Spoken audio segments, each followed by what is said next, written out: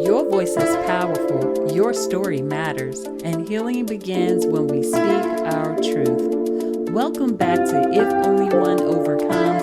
I'm Katie Lee, and I'm so glad you're here for episode 3. Last week we talked about the first step to healing, acknowledging our pain, creating safe spaces, and taking small steps forward. If you haven't listened yet, be sure to check it out after this episode. Today we're diving into a topic that can feel terrifying, talking about trauma.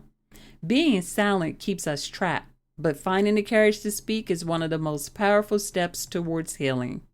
You see, trauma is an experience that can affect anyone, regardless of background or circumstance.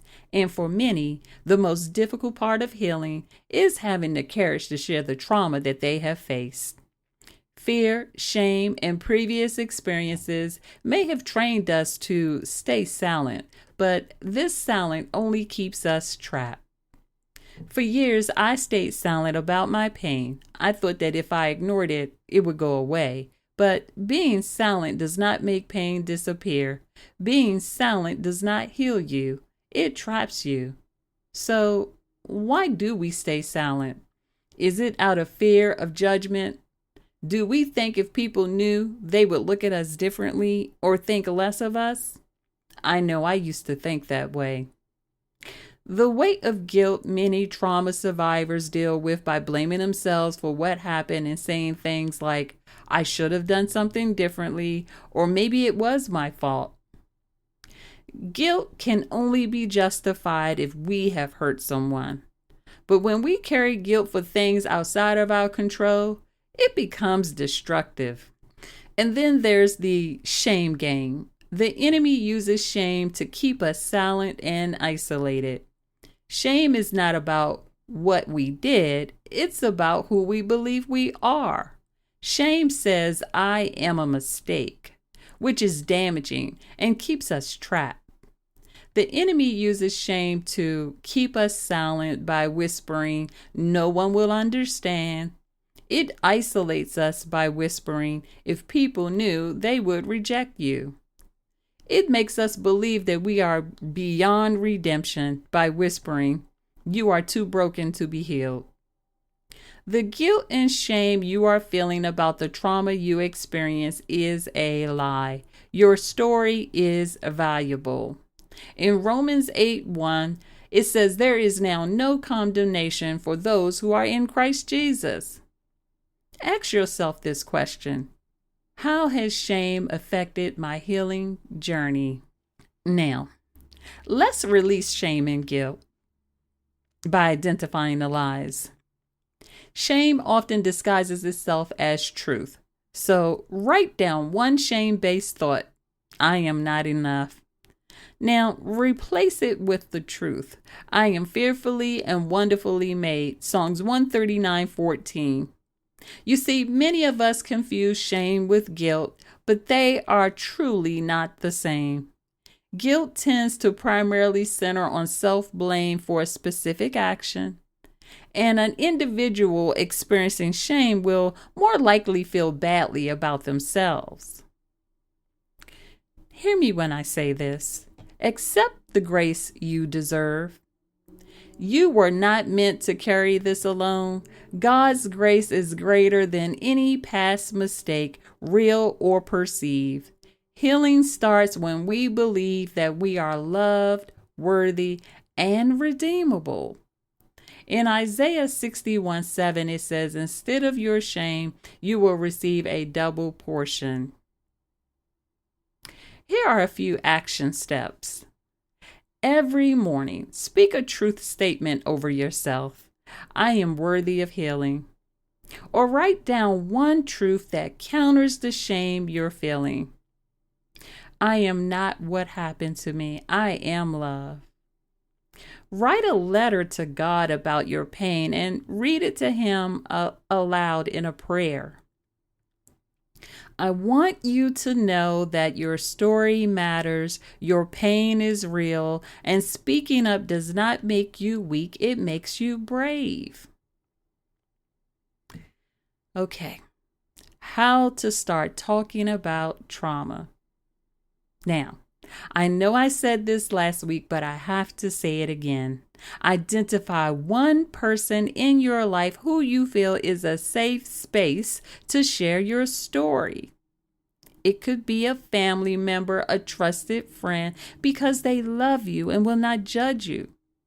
But a safe space can also be a therapist, a counselor, a support group, or a mentor. Seeking professional help is not a weakness, it's wisdom. There are experts in trauma and mental health, and they can play a crucial role in helping individuals understand and cope with their experiences.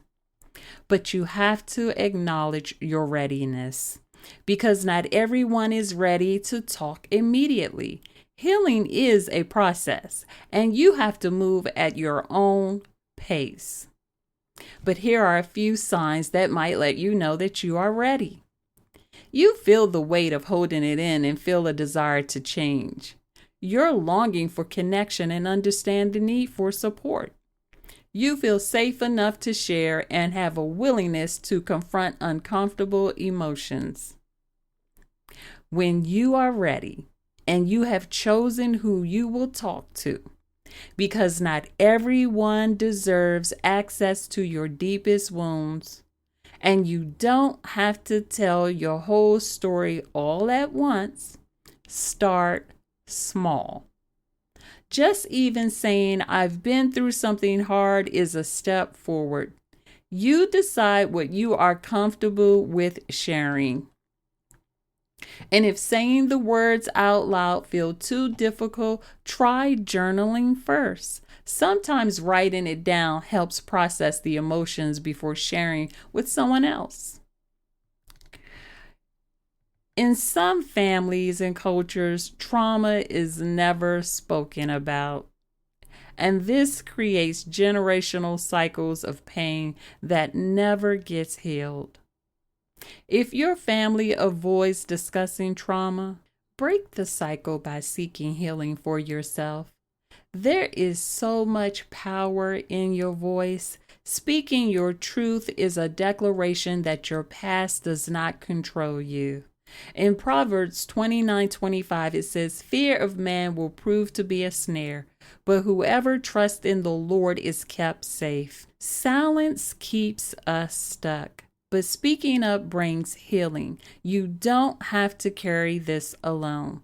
Find a safe space, trust that your voice matters, and let God begin the healing work in you. Trauma loses power when brought into the light. When you hold it in, it controls you. When you share, you take back control. Remember John 8:32. Then you will know the truth, and the truth will set you free.